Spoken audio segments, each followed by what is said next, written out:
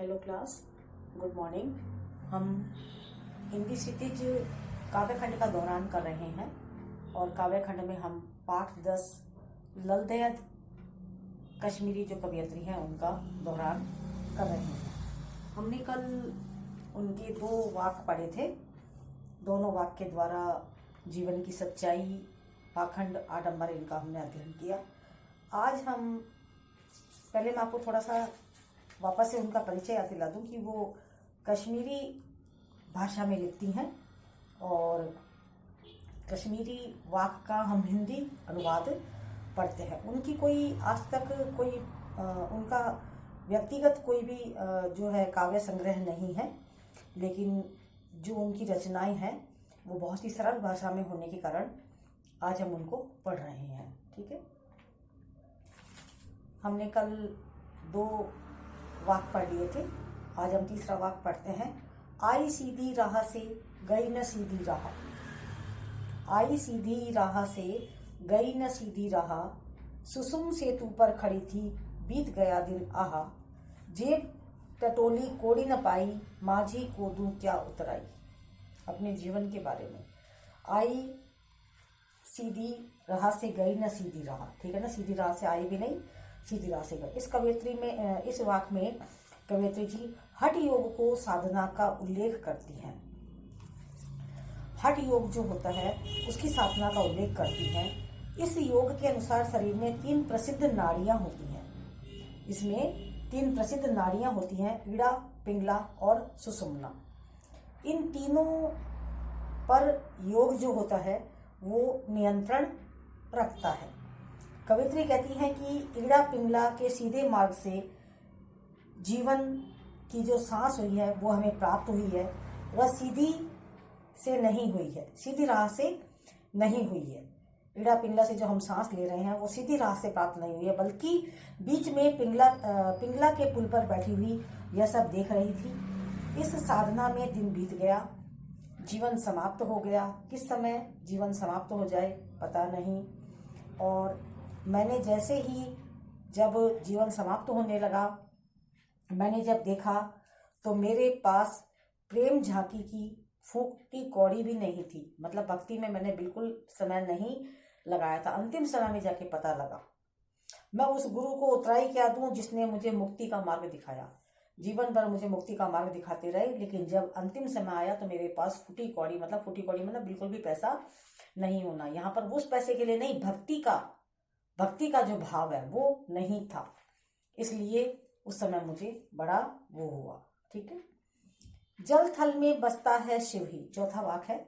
जल थल में बसता है शिव ही, भेद न कर क्या हिंदू मुसलमान। जल थल में, जल में थल में सब जगह शिव है।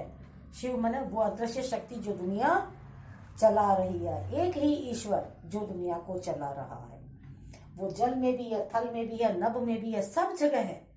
वो ईश्वर एक ताकत है, एक अदृश्य ताकत है जो दुनिया को चला रही है। भेद न कर क्या हिंदू मुसलमान, भेद मत कर, क्या हिंदू और क्या मुसलमान, सब एक ही ईश्वर के बच्चे हैं। हम सब एक ईश्वर के बच्चे हैं, हमें उनमें कोई भेद नहीं करना चाहिए। भगवान ने इंसान को बनाया, केवल इंसान है, और हमने यहाँ के धर्म, फिर जातियां, पहले धर्म बनाए, हिंदू, मुसलमान, सिख, ईसाई, जैन, पारसी, ये सब, फिर उसमें से भी जातियां, और एक जाति में से अनेकानेक जातियां, ये सब इंसान की बनाई हुई है। भगवान ने केवल इंसान ही बनाए हैं। ज्ञानी है तो स्वयं को जान। अगर तू ज्ञानी है तो खुद को जान ले, बस केवल खुद को अगर तू पढ़ लेगा, खुद को जान लेगा तो तेरा जीवन सफल हो जाएगा। वही है साहिब से पहचान, ईश्वर वहीं पर मिलेगा तुम्हें। साहिब मतलब ईश्वर, यानी कि अगर तू अपने आप को, जिसके अंदर, हमारे अंदर ईश्वर है, सबके अंदर, मैंने कल भी आपको बताया कि हम सबके अंदर एक आत्मा है और वो आत्मा ही ईश्वर है। कह रहे हैं कि यदि हमें कोई भेद नहीं करना चाहिए, यदि तुम्हें सच्चा ज्ञान है तो पहले अपने आप को पहचान लो। ज्ञानी है तो स्वयं को पहचान, अपने आप को पहचान लो और वहीं से तुम्हें ईश्वर की प्राप्ति होगी। तुम्हारा ईश्वर वहीं पे निवास करता है, उसे तुम महसूस करो, उसे तुम जानो। ईश्वर कहीं नहीं मिलने वाला है, ईश्वर केवल और केवल अपने अंदर मिलने वाला है। अपने अंदर जो भाव है, हमारे अंदर जो अच्छाइयां हैं, हम अगर उन्हें, आप कई बार कोई हम बुरा काम करते हैं तो हमारे अंदर कुछ होता है, वो हमें रोकता है कि नहीं हम गलत कर रहे हैं, वही तो ईश्वर है।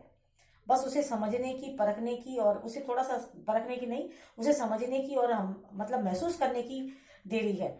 हमें पता नहीं होता कि हम मतलब क्या कर रहे हैं क्या नहीं कर रहे हैं, लेकिन करवाने वाला सब कुछ ईश्वर ही होता है। ठीक है। जल थल में बसता है शिवी, सब जगह सर्वत्र है। जल थल नभ का मतलब है सर्वत्र, सब जगह, सब जगह ईश्वर निवास करता है।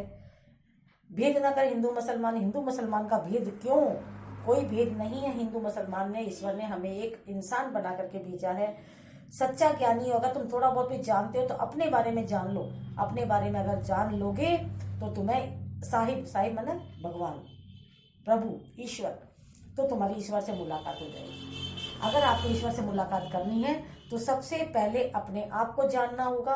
अपने आप को जान लेंगे तो आप ईश्वर से अपने आप मिल लेंगे। इन सब वाकों को आप अच्छे से पढ़ लेना और कल हम इसके प्रश्नोत्तर करेंगे।